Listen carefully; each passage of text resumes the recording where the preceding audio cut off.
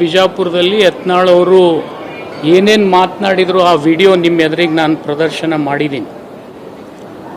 ಮಾಡಿದಲ್ಲಿ ನನಗೆ ಒಂದು ನೋವೇನಾಗಿದೆಪ್ಪ ಅಂತಂದರೆ, ಇವತ್ತು ವೈಯಕ್ತಿಕ ನನ್ನ ಕುಟುಂಬದ ಬಗ್ಗೆ ಅಥವಾ ನನ್ನ ಬಗ್ಗೆ ಮಾತನಾಡಿದರೆ ನನಗೇನು ಅನ್ನಿಸ್ತಿರ್ಲಿಲ್ಲ.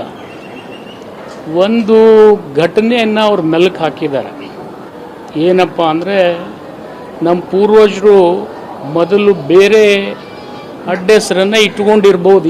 ಅದೇನು 14ನೇ ಶತಮಾನದಿಂದ ಬೇರೆ ಬೇರೆ ಊರಿನ ಹೆಸರಿರುತ್ತೆ. ಯಾರು ಮಹೇಶ್ ತೆಂಗಿನಕಾಯಿ ಅಂತಿದೆ, ಲಿಂಬಿಕಾಯಿ ಅಂತಿದೆ, ಇಂಥವೆಲ್ಲ ಹೆಸರು ಯಾರ್ಯಾರೋ ಏನೇನೋ ಅವರು ಆ ಸಂದರ್ಭದಲ್ಲಿ ಯಾವುದು ಔಚಿತ್ಯ ಇರ್ತದೆ ಅದನ್ನು ಇಟ್ಕೊಂಡಿದ್ದಾರೆ. ನಮ್ಮ ತಂದೆಯವರು ಕೂಡ ಪಾಟೀಲ್ರಾಗಿದ್ದು ಘಟನೆ ಎಂದಾಗಿದ್ದಾರೆ ನನಗೆ ಗೊತ್ತಿಲ್ಲ.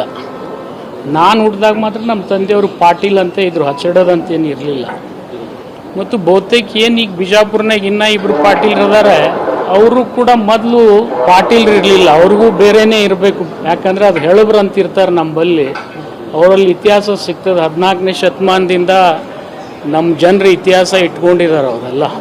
ಅವರಲ್ಲಿ ಯಾರೂ ಕೂಡ ಪಾಟೀಲ್ರಿಲ್ಲ. ಪಾಟೀಲ್ರು ಅಂತಕ್ಕಂಥದ್ದು ಇದೇ 19ನೇ ಶತಮಾನದಲ್ಲಿ ಪ್ರಾರಂಭ ಆಗಿದೆ. ಅದು ಬದಲಾವಣೆ ಮಾಡ್ಕೊಳ್ತಕ್ಕಂಥದ್ದು ಎಲ್ಲರಿಗೂ ವೈಯಕ್ತಿಕ ಅಧಿಕಾರ ಇದೆ, ಕಾನೂನುಬದ್ಧವಾಗಿ ಮಾಡ್ಕೊಂಡಿರ್ತಾರೆ.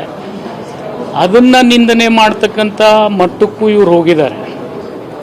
ಮತ್ತು ಇನ್ನೊಂದು ನನಗೊಂದು ನೋವು ಅನ್ನಿಸ್ತದೆ, ಯತ್ನಾಳ್ ಅವರು ತಂದೆಯವರು ನಮ್ಮ ತಂದೆಯವರು ಭಾಳ ಆತ್ಮೀಯರು, ಇನ್ನೂ ಬಿಸ್ನೆಸ್ ಪಾರ್ಟ್ನರ್ಸ್ ನಾವು. ಆದರೆ ರಾಜಕೀಯವಾಗಿ ಅವರು ನನ್ನನ್ನು ನಿಂದನೆ ಮಾಡಲಿ, ನನಗೇನು ಅಭ್ಯಂತರ ಇಲ್ಲ, ಸವಾಲಾಗಲಿ, ಅದ್ರ ಬಗ್ಗೆನೂ ಅಭ್ಯಂತರ ಇಲ್ಲ. ಆದರೆ ವೈಯಕ್ತಿಕ ತೇಜೋವಧೆ ಮಾಡ್ತಕ್ಕಂಥ ಭಾಷೆ ಏನಿದೆ ಅದನ್ನು ಇವತ್ತು ನಾನು ಖಂಡಿಸ್ತೀನಿ. ಯಾಕೆಂದರೆ ಮೀಡಿಯಾದವ್ರು ನೀವು ಅವ್ರು ಎಷ್ಟೇ ಅನುಚಿತವಾಗಿ ಮಾತನಾಡಿದರೂ ಕೂಡ ಆ ಶಬ್ದಗಳನ್ನು ಜನಸಾಮಾನ್ಯರು ಸಹಿಸದೇ ಇರತಕ್ಕಂಥ ಮಾತುಗಳನ್ನು ಪದೇ ಪದೇ ಪದೇ ಪದೇ ಆಡ್ತಾ ಇರ್ತಾರೆ. ಅದು ಯಾವುದೇ ರಾಜಕೀಯ ವ್ಯಕ್ತಿಗಳಿಗೆ ಸೂಕ್ತ ಅಲ್ಲ ಅಂಥೇಳಿ ನಾನು ಭಾವಿಸ್ತೀನಿ. ಜೊತೆಗೆ ಅವರು ಒಂದು ಸವಾಲು ಹಾಕಿದರು, ನೀವು ಸ್ಪೀಕರ್ಗೆ ರಾಜೀನಾಮೆ ಕೊಟ್ಟು ನನ್ನ ವಿರುದ್ಧ ಸ್ಪರ್ಧೆ ಮಾಡಿ ಗೆದ್ದರೆ ನಾನು ರಾಜಕೀಯ ಬಿಡ್ತೀನಿ, ಇಲ್ಲದೇ ಇದ್ದರೆ ನೀವು ರಾಜಕೀಯ ಬಿಡ್ರಿ ಇಬ್ಬರು ಅಂಥೇಳಿ ಹೇಳಿದ್ದಾರೆ.